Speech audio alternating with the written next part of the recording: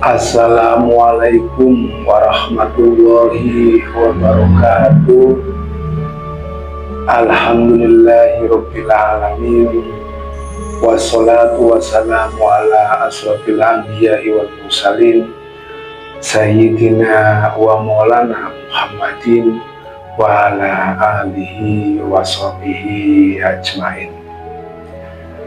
Salam rahayu, salam sejahtera untuk kita semuanya.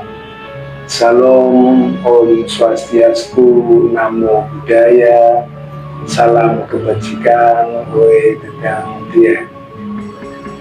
Kembali bersama saya Mbah Roto dengan mengulas kembali uraian-uraian ilmiah tinggi tentang metodologi metafisika tasawuf eksakta ilmiah.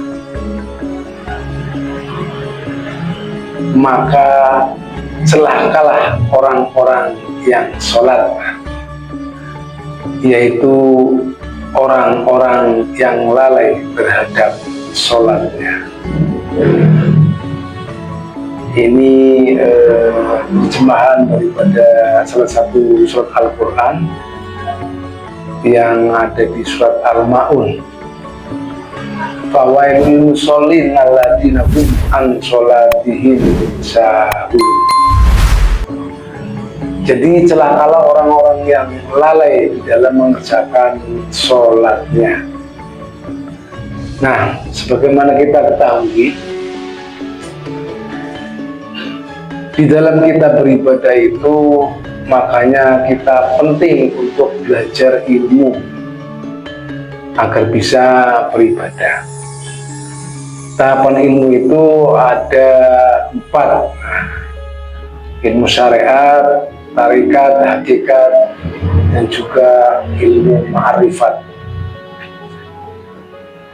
Syariat itu undang-undang, hukum, norma, aturan, tata cara yang dibuat supaya jasmani kita itu tertib. Yang syariat ini adalah baru karena dipengaruhi oleh existing ruang zamannya masing-masing. Sebagaimana kita ketahui bahwasanya syariatnya umat rasul terdahulu itu berbeda-beda. Jadi tidak sama antara syariatnya umat Nabi Muhammad dengan syariatnya umat Nabi Isa, dan juga syariatnya Nabi Isa tidak sama pula dengan syariatnya nabi-nabi terdahulu.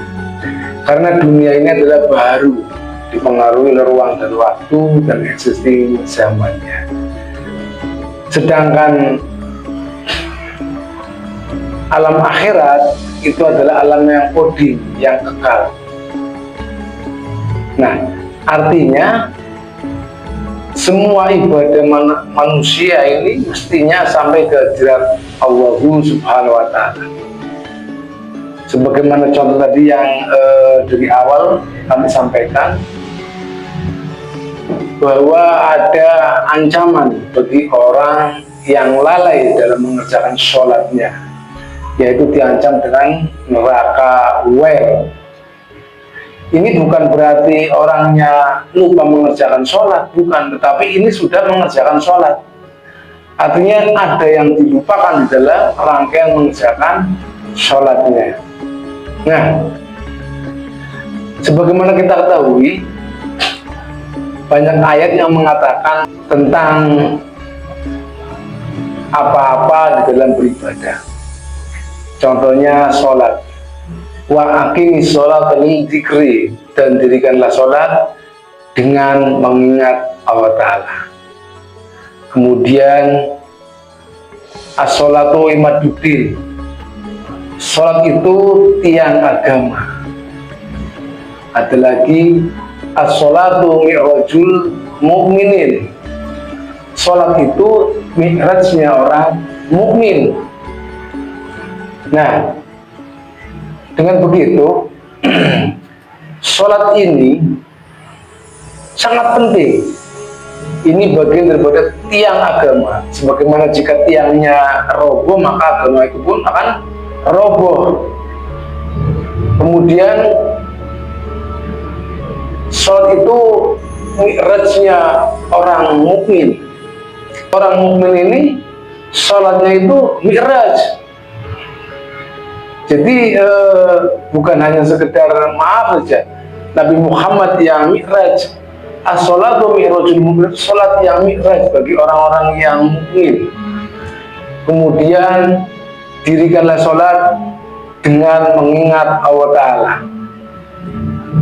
Nah, ini semua mesti kita kerjakan ketika di dalam seseorang itu mengerjakan sholatnya. Sebagaimana kita ketahui, kita terdiri dari dua unsur.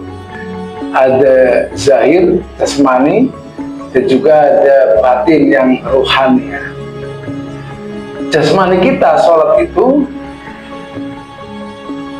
karena syariat ini diatur dengan tata cara atau norma hukum yang berlaku. Yang ini sifatnya jasmani.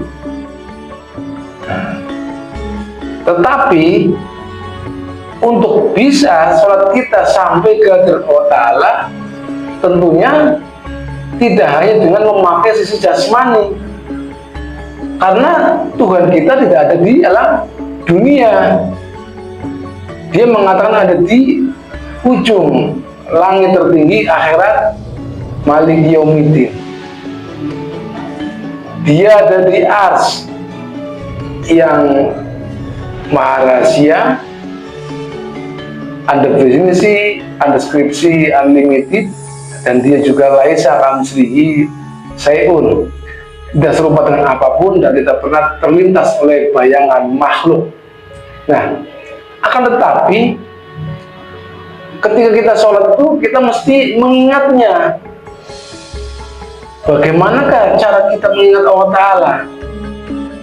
Karena di dalam sholat kita mesti yang diingat hanyalah Allah Ta'ala, bukan selain Allah Ta'ala.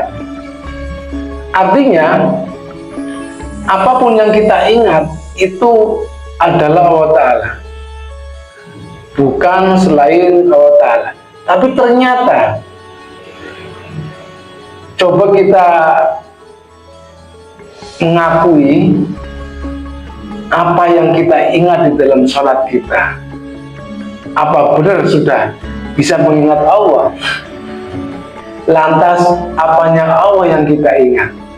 Sedangkan dia laisa kamitslihi syai'un, tidak serupa dengan apapun dan tidak pernah terlintas oleh bayangan makhluk. Jadi apapun yang kita ingat pasti itu bukan Tuhan, karena dia Allah memiliki kriteria laisa kamitslihi syai'un. Jadi jika tidak mengetahui, mengerti cara mengingat Allah Ta'ala, tidak mungkin kita bisa mengingatkan Allah Ta'ala. Paling-paling yang kita akan ingat adalah pekerjaan kita, bisnis kita, anak istri kita, hutang-hutang kita, kunci motor kita, atau apapun yang sedang kita kerjakan sebelum kita mengerjakan sholat, pasti akan teringat semuanya. Nah, sedangkan sholat yang diterima Allah Ta'ala adalah sholat yang khusyuk, dan ini mesti kita lengkapi, kita penuhi. Bagaimana caranya agar sholat kita itu khusyuk? Yang kita ingat adalah Allah Ta'ala. Jika kita tidak pernah bertemu dengan Allah Ta'ala, tidak mungkin kita bisa mengingatnya. Kita hidup alam dunia. Alam dunia itu alam fisika, alam yang dibatasi oleh jangkauan panca indera. Sedangkan di alam dunia, logikanya untuk bisa mengingat itu mesti bertemu terlebih dahulu. Jadi jika kita tidak pernah bertemu, tidak mungkin kita bisa mengingatnya. Logikanya kan gampang. Sedangkan Allah Ta'ala, dia ada di ujung akhir tertinggi. Dan dia laisa kamitslihi syai'un, tidak serupa dengan apapun, tidak pernah terlihat sebagai bayangan makhluk. Bagaimanakah cara mengingatnya? Nah, dia Allah mengatakan dialah Tuhan yang ada di langit dan di bumi yang patut disembah. Jadi Allah itu adalah Tuhan yang patut disembah, yang ada di langit dan ada di bumi. Ini bukan berarti Allah ada dua. Nah, kita di alam dunia, mestinya untuk bisa mengingat itu pasti harus berinteraksi dengan salah satu panca indera kita. Apakah dengan penglihatan, penciuman, indera perasa, ataupun dicium, diraba, dilihat, dirasakan. Nah, pasti berinteraksi dengan salah satu atau beberapa alat pembaca panca indera kita. Barulah kita bisa mengingatnya. Karena kita di alam dunia. Nah, sedangkan Allah Ta'ala dia ada di ujung akhirat tertinggi. Dan kita tahu Allah Ta'ala menghampiri alamnya manusia selalu memakai seorang utusan, dan utusan ini adalah berwujud manusia. Allah itu nur, maka yang turun daripada dirinya adalah nurnya. Jadi nur ini wakil atau yang mewakili kepada Allah Ta'ala yang di ujung akhirat tertinggi. Nah, nur yang turun dari Allah Ta'ala inilah disebut dengan Rasulullah atau utusan Allah Ta'ala. Jadi Allah Ta'ala nur, dan nurnya ini menempati pada seorang manusia yang dikehendakinya sebagai utusannya Allah Ta'ala, kekasih Allah Ta'ala yang di dunia. Jadi bukan Allah Ta'ala yang sampai ke alam dunia, tetapi nurnya. Sedangkan nurnya ini pun mutlak. Nur ini ada yang membawanya, yaitu seorang manusia, utusannya. Jadi di baliknya seorang manusia ini ada nur yang turun daripada sisi Allah Ta'ala. Dahulu nur ini itu berpindah-pindah dari Rasul Nuh, Ibrahim, Musa, Isa, kemudian Rasul Muhammad. Nah, dulu di baliknya Nabi Muhammad ini ada nur kerasulan yang turun dari sisi Allah Ta'ala, makanya disebut dengan Rasulullah Muhammad. Nabi Muhammad bin Abdullah ini adalah manusianya, yang ini adalah baharu. Dia manusia yang dibatasi oleh ruang dan waktu, artinya ada masa hidupnya. Pada saat sudah selesai masa hidupnya, maka akan digantikan dengan Rasul yang baru. Nah, akan tetapi setelah Nabi Muhammad itu telah khatam kenabian, karena Nabi Muhammad adalah khatamul anbiya, bukan khatamul rasul. Sedangkan rasul itu akan terus akan ada di setiap zamannya, karena rasul itu adalah utusan Allah Ta'ala. Jika Allah Ta'ala nur, maka utusannya adalah nur pula. Maka antara Allah dan utusannya itu tidak akan pernah bercerai-berai. Dia akan selalu ada di setiap zamannya. Ibarat matahari, yang turun daripada matahari adalah sinarnya. Maka sinar dari matahari ini tidak pernah bercerai-berai. Dia akan selalu ada. Jika kita mengakui matahari, pasti kita akan mengakui sinarnya. Bahkan jika kita menunjuk matahari, maka sebenarnya yang kita tunjuk adalah sinarnya, bukan mataharinya. Karena apa? Mata kita tidak sampai bisa melihat matahari dengan jelas, kemudian jari kita pun tidak sampai di matahari. Maka ketika kita menunjuk matahari, sebenarnya yang kita tunjuk adalah sinarnya. Tetapi ini adalah mewakili daripada mataharinya. Jika orang menunjuk matahari, itu matahari di sana. Padahal yang kita tunjuk adalah sinarnya, bukan mataharinya.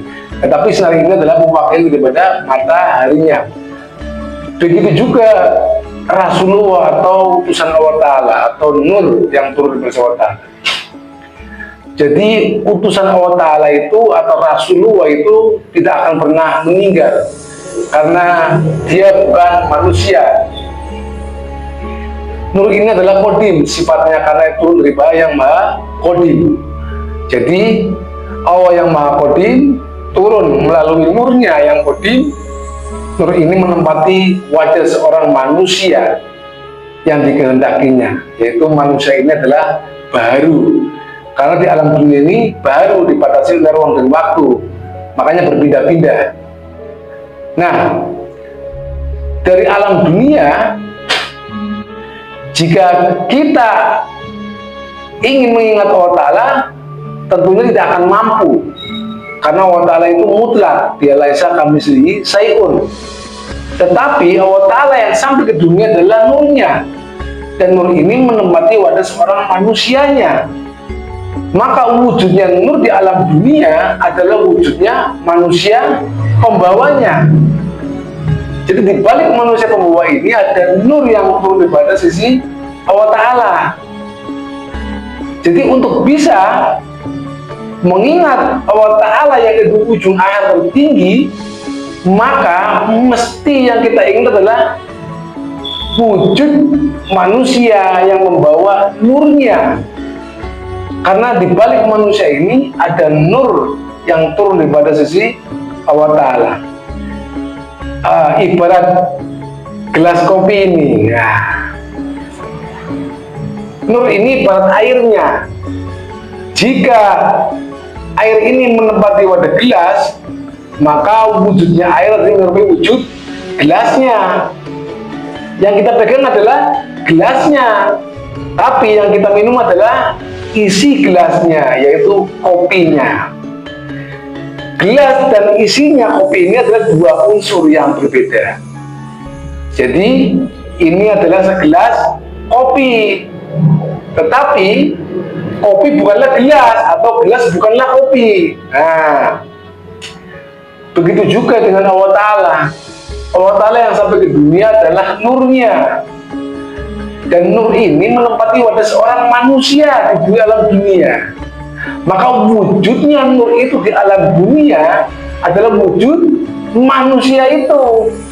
Nah, untuk bisa mengingat Allah Ta'ala yang ada di ujung air tertinggi, yang mesti kita ingat adalah manusia pembawa nurnya, bukan Allah Ta'ala yang di sana, karena di sana itu gak bisa diingat, apalagi dilihat, gak bisa. Tetapi di alam dunia, untuk bisa melihat, untuk bisa mengingat, pasti ada objek yang berinteraksi dengan 5 panca indera ini. Nah, karena dunia adalah undang-undang fisika, maka untuk bisa mengingat pastinya kita mesti melihat atau merasakan atau meraba atau mendengarkan terlebih dahulu. Jadi ada objeknya. Jadi mengingat Allah Ta'ala di ujung akhir itu tidak mungkin bisa dilakukan oleh semua umat manusia, karena dia laisa kamitslihi syai'un. Apalagi mengingat namanya atau cahayanya. Hanya cahaya kita ketika kita sholat membayangkan suatu cahaya putih yang terang benderang, itu ada di akal panca indera? Pasti bukan. Karena apapun yang terlintas oleh bayangan makhluk itu pasti bukan Allah Ta'ala. Nah, tetapi Allah Ta'ala menghampiri alamnya manusia di dunia melalui nurnya, dan nur ini menempati wadah seorang manusia pembawanya, yaitu Nabi Muhammad bin Abdullah.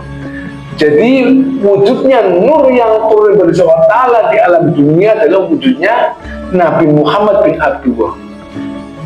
Tapi Nabi Muhammad bin Abdullah bukanlah nur, bukanlah Allah Ta'ala, laisa kamitslihi syai'un.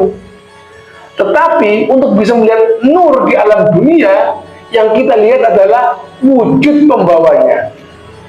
Ibaratnya begini,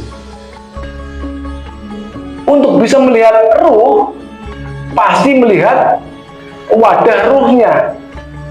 Wujudnya ruh saya di alam dunia adalah wujudnya zahir saya.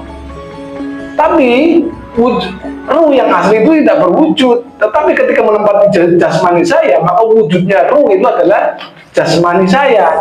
Nah, untuk bisa berhubungan dengan ruh saya, berhubungan dengan jasmani saya. Nah, seperti itu. Nah, begitu juga dengan Allah Ta'ala. Allah Ta'ala menghampiri alamnya manusia, selalu memakai nurnya, utusannya, Rasulullah. Dan nur ini ada pada manusia pembawanya, itu Nabi Muhammad bin Abdullah. Maka, untuk bisa mengingat Allah Ta'ala yang ada di ujung air tinggi, mesti kita bertemu dulu dengan sang pembawa nurnya yang turun dari Allah Ta'ala, yaitu Nabi Muhammad bin Abdullah. Nah, Nabi Muhammad bin Abdullah itu membawa nur yang turun pada sisi Allah Ta'ala. Ibarat ruh di alam akhirat itu tidak berwujud, tidak berlafal, tidak berhuruf, dan tidak terdefinisi, tak terbatas oleh ruang dan waktu. Ruh masuk ke alam dunia terkena undang-undang hukum fisika. Nah, ruh memasuki alam dunia terkena undang-undang hukum fisika, turun di alam dunia disebut dengan manusia, itu ruh. Sedangkan maharuh masuk ke alam dunia terkena undang-undang fisika, disebut dengan rajanya manusia, malikinas, ilahinas, rajanya manusia, sesembahannya manusia, wujudnya manusia. Tetapi manusia ini bukan Allah Ta'ala, laisa kamitslihi syai'un. Tetapi untuk dia terhubung dengan Allah Ta'ala yang ada di ujung akhir tinggi, mesti melalui sang pembawa nurnya yang turun dari Allah Ta'ala, nur tadi. Ini yang disebut dengan nur kerasulan, yang zaman dulu adalah ada pada Rasulullah Muhammad. Sebelum-sebelumnya ada pada rasul-rasul sebelumnya. Sedangkan di akhir zaman ini, Nabi Muhammad telah berlindung 1400 tahun yang lalu. Lantas, jika kita tidak pernah bertemu dengan Nabi Muhammad di zaman yang 1400 yang lalu, bagaimana kita bisa mengingat Nabi Muhammad? Bagaimana bisa kita bertemu dengan Allah Ta'ala atau mengingat Allah Ta'ala? Karena pembawaan nurnya telah berlindung. Nah, itulah mengapa alam dunia ini adalah alam baru. Nah, di sini setelah Nabi dan Rasul itu telah hatam, Rasul tetap berlanjut, maka estafet nur kerasulan selanjutnya itu diwariskan ke al-ulama warisatul anbiya. Al-ulama waris yang mewarisi estafet daripada nur kerasulan nabi-nabi sebelumnya. Dengan begitu, wujudnya nur di alam dunia adalah wujudnya al-ulama yang mewarisi nur kerasulan nabi sebelumnya. Nah, untuk bisa mengingat Allah Ta'ala yang ada di ujung air tertinggi, mesti bertemu dengan sang pembawa nurnya. Inni wajahtu wajhiya illadzi fatar samawati wal ard. Kuhadapkan wajahku dengan wajah yang menciptakan langit dan bumi. Kok Allah punya wajah? Ternyata wajah Allah di dunia adalah wajah kekasihnya. Jika kita telah bertemu dengan wujudnya kekasihnya Allah Ta'ala di dalam dunia, maka untuk mengingat Allah Ta'ala yang dia sesembahannya di langit dan di bumi, pasti sholat-sholat kita akan kita kerjakan dengan khusyuk. Demikian ya. Jadi jika kita tidak pernah bertemu dengan sang pembawa wasilah, pembawa nur kerasulan yang turun dari Allah Ta'ala, yang nur ini disebut dengan nurun ala nur, ya tilahu linurihi mayasa, maka selama itu pula kita tidak akan pernah bisa melaksanakan sholat dengan khusyuk. Apalagi khusyuk Ya, tidak bisa sama sekali. Kemudian tidak mungkin kita sholat kita akan mi'raj. As-sholatu mi'rajul mu'minin. Sholat itu mi'rajnya orang mukmin. Jadi di balik manusia pembawa ini ada nur yang turun dari Allah. Nurun ala nuriyah illahu nurihi mayyasa, menempati wajah seorang manusia yang dikehendakinya. Nur inilah naik mi'raj, gelombang kesadaran di atasnya akal. Kemudian ini adalah jalur vertikal antara ruh manusia dengan yang maha ruh. Maka tiang agama adalah sholat yang berdiri tegak lurus tersambung akan ruhani manusia dengan yang maha ruh. Jadi bukan sekedar dengan sholat jasmania saja. Makanya bagi yang masih di dalam ranah ilmu syariat, tingkatkan lagi, naikkan lagi ke ilmu hakikat. Nah, ilmu hakikat ini teorinya hanya ada di ilmu tarekat atau yang biasa kami sebut dengan metodologi agama. Karena parameter ilmu yang diterima Allah Ta'ala dari ilmu hakul yakin. Dengan begitu, untuk bisa hakul yakin ini mestinya kita menaikkan dari pengetahuan yang dari kitab-kitab itu dinaikkan menjadi nalar ilmiah dan juga nalar amaliyah.